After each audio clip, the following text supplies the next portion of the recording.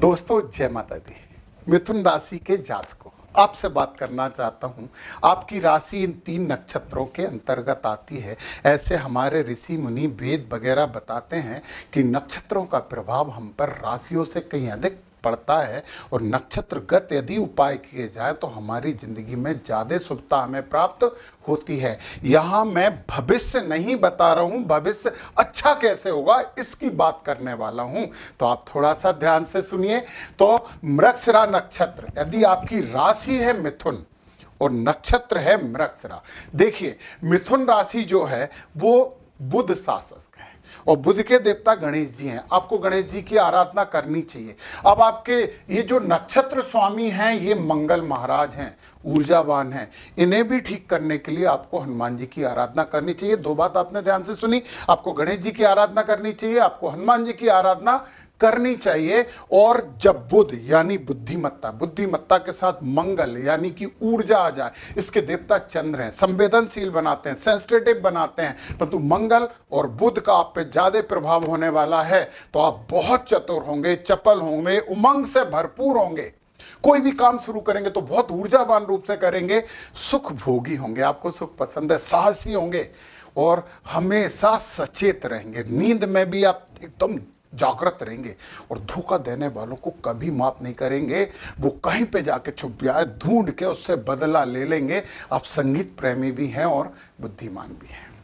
यदि आपका नक्षत्र मृगशिरा है, जिसे मार्गशीर्ष भी कहा जाता है, आप अच्छे कलाकार हो सकते हैं, गायक हो सकते हैं, संगीतकार हो सकते हैं, लेखक, कवि, आप ठेकेदार भी हो सकते हैं, ज्योतिष में भी आप अच्छा काम कर सकते हो, शिक्षा दान भी आप कर सकते हो क्योंकि आप बुद्धिमान हो, अच्छे प्रबंधक हो सकते हो। तो यहाँ पे मैं आपको बताऊं कि आप व्यापार और नौकरी दोनों में ही सफल होगे, दोनों में ही आपका नाम होगा। फिर मैं एक बात बताता हूं कि ये जो मिथुन राशि है वो तृतीय और चतुर्थ चरण में आती है।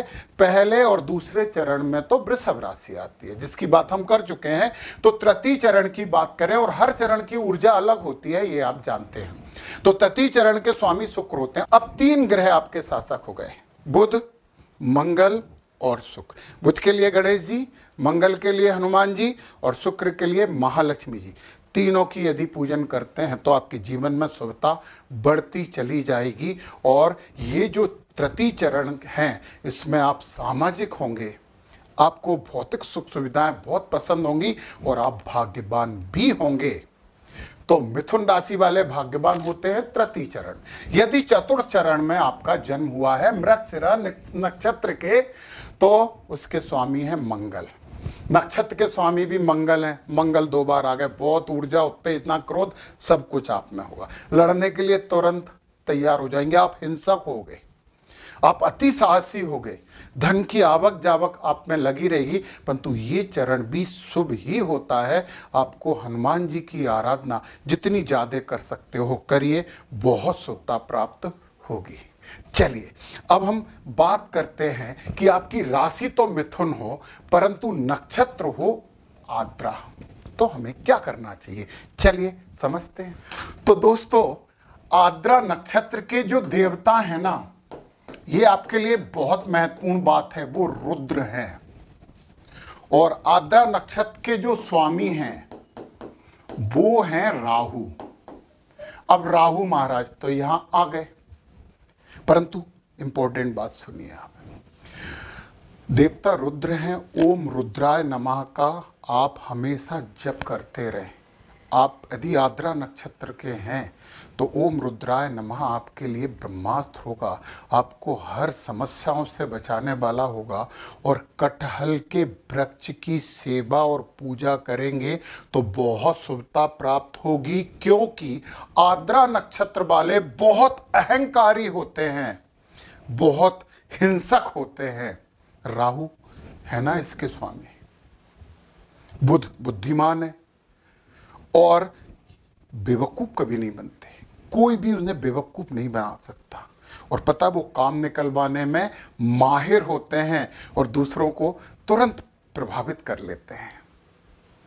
उन्हें अपना स्वार्थ सर्वोपरि होता है और इसके लिए आद्रा नक्षत्र वाले नैतिकता को भी छोड़ देते हैं। मैंने बोला आप ओम रुद्राय नमः का जप करिए और कटहल के पेड़ की सेवा करिए।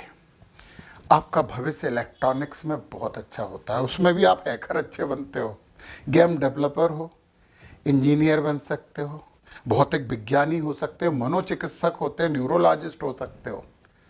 तो आपके लिए पैसे तो बहुत अच्छे हैं। अब यदि आपका आर्द्रा नक्षत्र में जन्म हुआ है और प्रथम चरण है, जब आर्द्रा नक्षत्र है, प्रथम चरण है, इसके स्वामी गुरु हो गए। अब आपके पास तीन हो गए, एक हो गए बुध, दूसरे हो गए राहु और तीसरे नंबर हो गए गुरु। राहु को गुरु महाराज ठीक कर लेंगे, बुध से आप में वाक चातुर्य आएगा, राहु गुरु से बुद्धिमत्ता आएगी, और राहु आपको ऐसी बुद्धि देगा कि जिसको जिस चीज़ से प्रभावित होना है आप वही चीज़ उसके लिए करेंगे। तो बड़ा अच्छा होगा, शुभ होगा। और इन तीनों ग्रहों को आप संभाल लीजिए। आप बुध के लिए गणेश जी की आराधना कीजिए, राहु के लिए आप हनुमान जी की आराधना कर सकते हैं, और गुरु महाराज के लिए आप गुरुओं का सम्मान करिए, पिता का सम्मान करिए। तो ये चरण आपके लिए अच्छा होगा। अब हम द्वितीय चरण की बात कर लेते हैं। यहाँ पे थोड़ी सी गड़बड़ हो गई कि बुध, फिर राहु और शनि।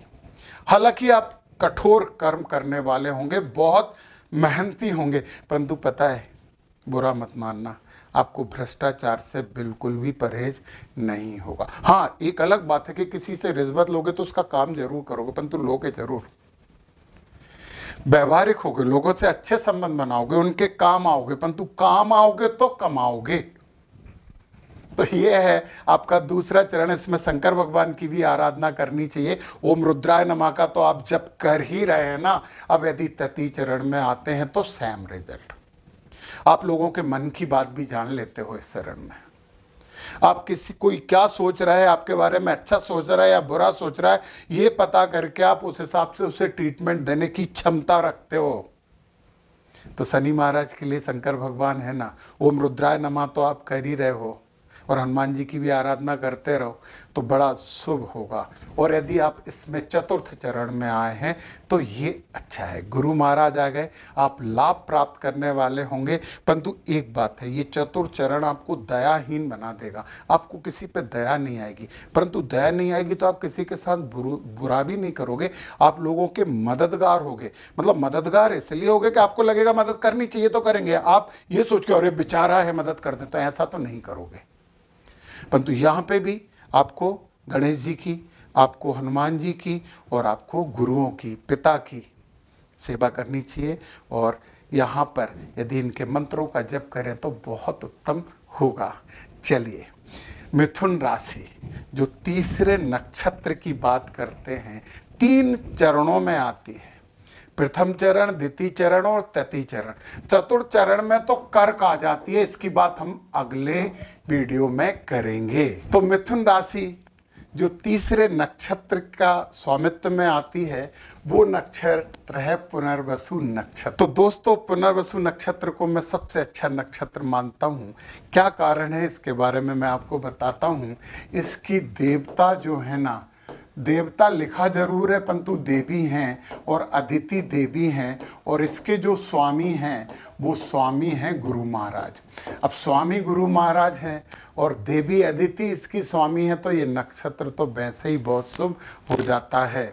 आप यदि बांस के पेड़ की पूजन करें, देखभाल करें, तो आपके लिए बड़ा अच्छा परिणाम मिलेगा।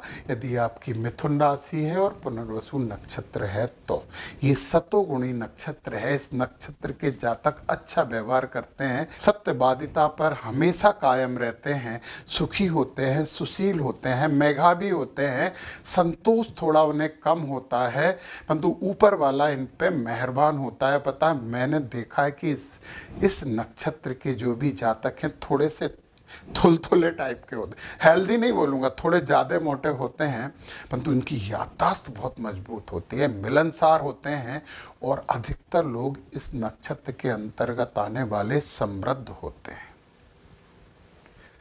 इसका तत्व वायु है। ये लोग खान पान का व्यापार करें तो बहुत सफल होंगे, इंजीनियर भी बन सकते हैं। गूढ़ विषयों का लेखन और ज्ञान देना इनके लिए बहुत फायदेमंद होगा। दार्शनिक होंगे, नए आविष्कार कर सकते हैं, तीरंदाज भी हो सकते हैं, और ये प्रिंट मीडिया से भी जुड़े हो सकते हैं। इस नक्षत्र में और शुभता प्राप्त करने के लिए ओम आदित्य नमः, ओम आदित्य नमः है, इसका जप करें। तुलसी के पौधे की सेवा करें और बांस का एक पौधा तो जरूर आप अपने घर पे लगा लें और हरे वस्त्र का यदि दान करते हैं तो और शुभता आपको मिलेगी। तो चलिए पुनर्वसु नक्षत्र में हम यहाँ पे प्रथम चरण की बात करते हैं। प्रथम चरण के स्वामी मंगल होते हैं, तो थोड़ी सी ऊर्जावान हो जाते हैं, सृजनात्मक होता है, परंतु जल्दबाज बहुत होते हैं, जल्दी करते हैं हर चीज में। तो आपको क्या करना चाहिए? आपको गुरु महाराज की, आपको गणेश जी की और हनुमान जी की भक्ति और आराधना करनी चाहिए, तो बहुत अच्छा होगा। यदि आप द्वितीय चरण में जन्मे हैं और द्वितीय चरण में जन्मे हैं तो इसके स्वामी हैं शुक्र, तो बुध, गुरु और शुक्र सोने में सुहागा। आप इतने मधुरभाषी होंगे, इतना अच्छे से बात करेंगे कि लोग सुनते रह जाएंगे। आप बहुत अच्छे कलाविद हो सकते हो, आप सफल व्यवसायी हो सकते हो। संचार कौशल की तो आप में क्या कहना, कूट कूट के भरा होगा। तो आपको क्या करना है? महालक्ष्मी की भी आराधना कर लेना है साथ साथ। चलिए, यदि आप इस नक्षत्र के तृतीय चरण में आ गए हैं तो बुध 2 बार आ गए। बुद्धिमत्ता तो आप में थी और बुद्धिमान होंगे, मेघा भी होंगे, परंतु पता लाटरी जुआ सट्टे में भी आप इंटरेस्टेड हो जाएंगे।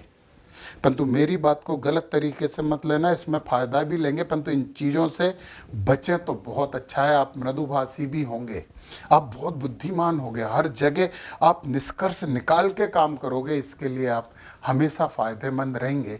तो आपको गणेश जी की आराधना और जम के करना चाहिए, तो आपको बहुत अच्छा लाभ मिलेगा, सुविधा प्राप्त होगी। और आपके लिए जो शुभ नक्षत्र है ना, वो हैं स्वाति, शतभिषा और आद्रा।